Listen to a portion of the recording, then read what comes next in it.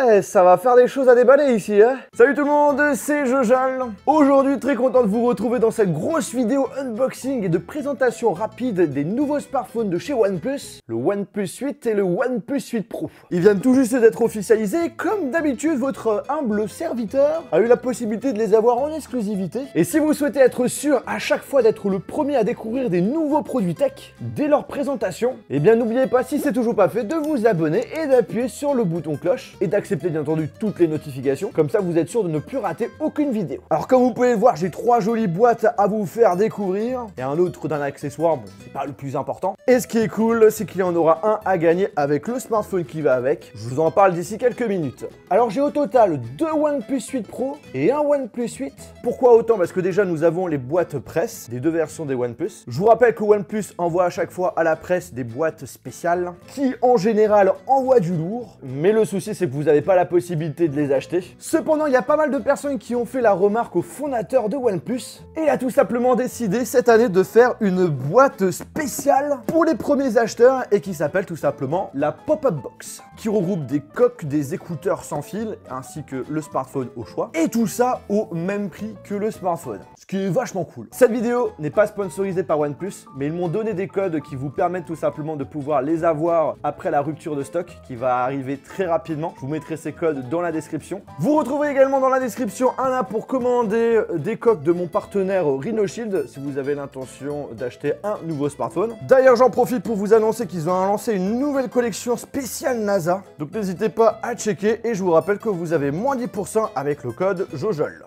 Bon, maintenant la question que je me pose, c'est je déballe lequel en premier? Je vous propose qu'on commence avec les boîtes spéciales médias. Alors en ce qui concerne cette boîte spéciale, comme vous pouvez le voir, on est sur du noir, ainsi que la réplique de chez OnePlus Never Settle. Oh stylé, ça me fait un petit peu penser à l'ouverture du Galaxy Fold. On doit tirer ça, très bien.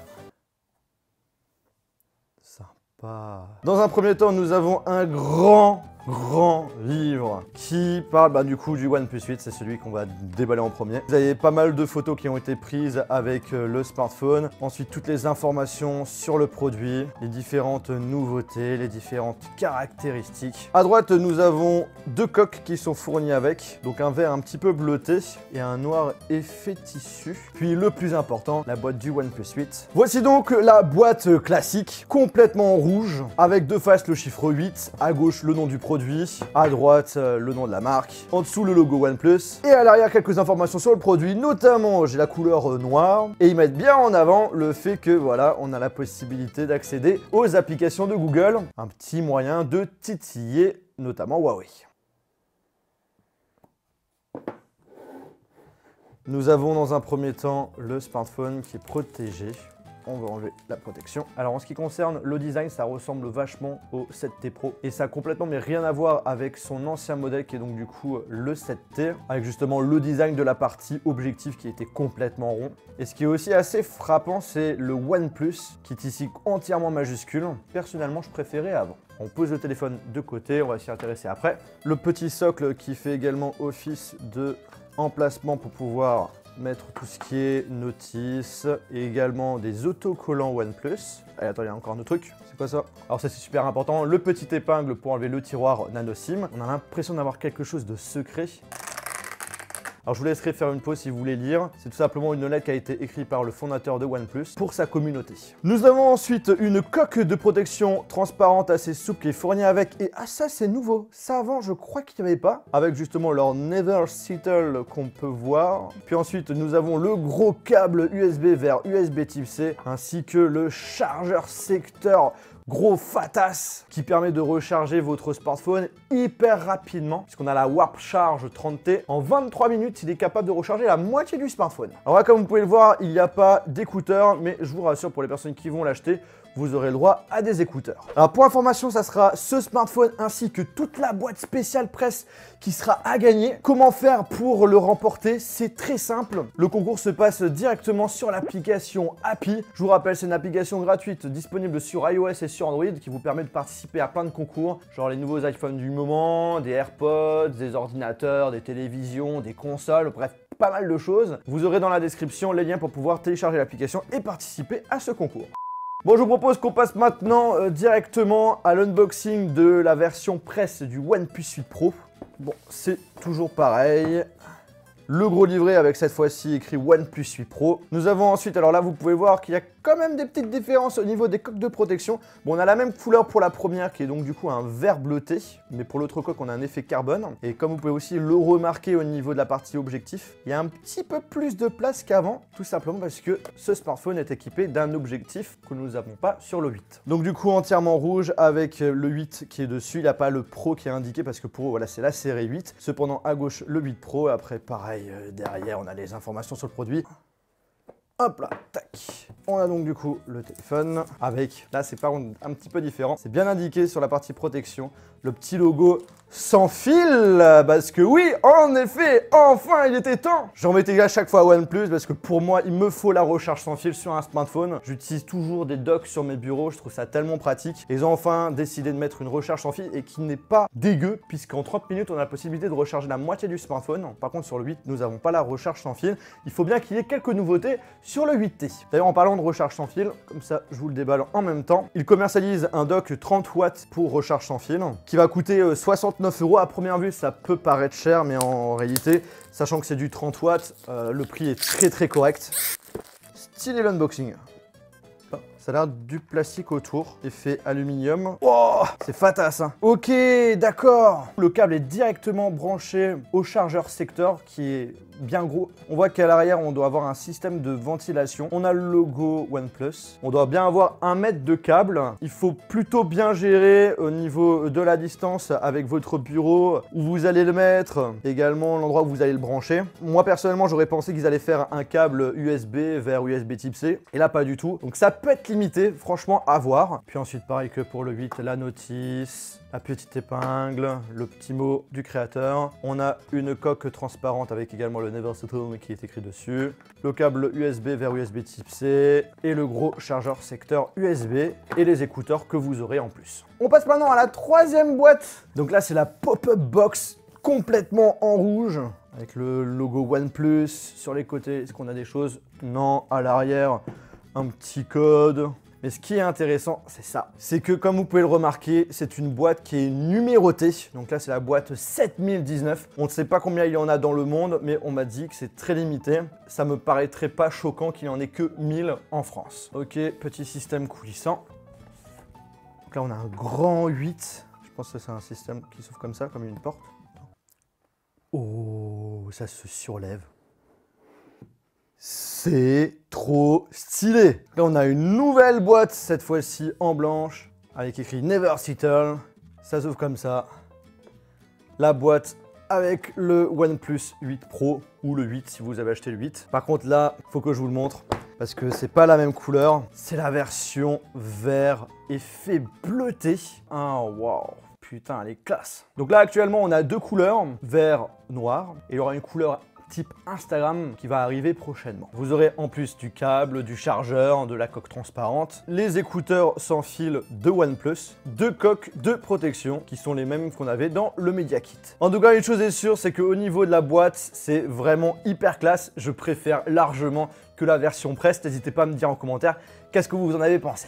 Voici donc le OnePlus 8 et le OnePlus 8 Pro qui sont proposés tous les deux avec les mêmes couleurs. Noir effet miroir et vert effet mat. Et comme vous pouvez le remarquer au niveau du design, c'est vachement ressemblant. Ce qui change, c'est surtout au niveau de la partie objectif qui est un petit peu plus épaisse et un petit peu plus grand sur le Pro. Et le positionnement du flash n'est pas le même. Bon, pas de grosses différences à première vue, mais pour le reste, oui.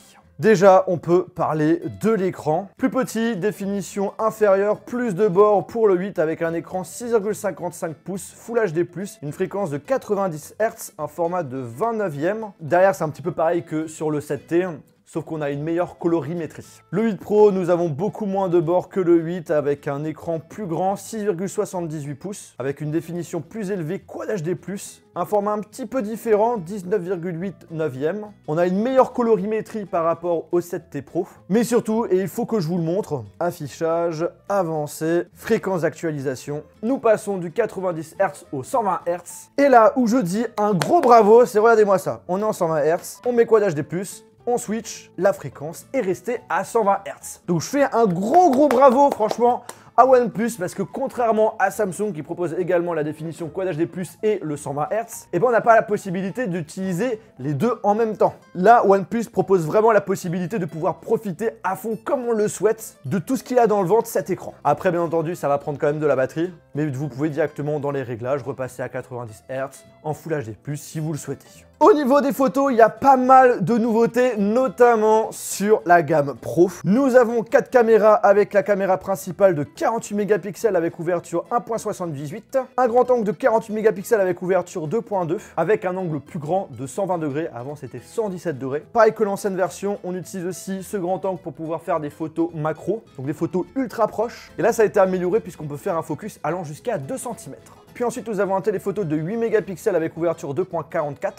Permet un zoom optique x3. Et le nouveau qui est tout en bas, c'est le Color Feature Camera de 5 mégapixels avec ouverture 2.4. Je vous avoue, j'ai pas très bien compris à quoi ça sert concrètement. À première vue, ça se fusionne avec la caméra principale pour pouvoir proposer des photos avec des effets filtres de meilleure qualité. Et ça apporte en plus aussi un effet photochrome qui permettrait d'avoir des chouettes photos, notamment pour des paysages et de la végétation. Sur le 8, nous avons 3 caméras. La principale de 48 mégapixels avec ouverture 1.75 et qui sera utilisée pour faire un zoom optique x2. On a un grand angle de 16 mégapixels avec ouverture 2.2 et un autre de 2 mégapixels avec ouverture 2.4 qui sera prévu pour les photos macro. Donc ici, pas de téléobjectif. Dans la logique, les photos en mode portrait devraient être meilleures sur le Pro que sur le 8. Au niveau de la vidéo, on a des changements, surtout au niveau du mode stabilisation qui est enfin compatible 4K 30 fps. Et on peut filmer, ça c'était pas possible. On va dans les paramètres d'ailleurs, les paramètres c'est tout nouveau chez eux. Résolution vidéo, 4K 60 fps. Il y a même des modes spécial ciné, grand angle. On peut filmer en 4K 60 fps avec le grand angle. Par contre, ça ne marche uniquement pour le Pro, sur le 8 ce n'est pas possible. Pour la caméra frontale, tous les deux 16 mégapixels et ouverture 2.4. Par contre, voilà,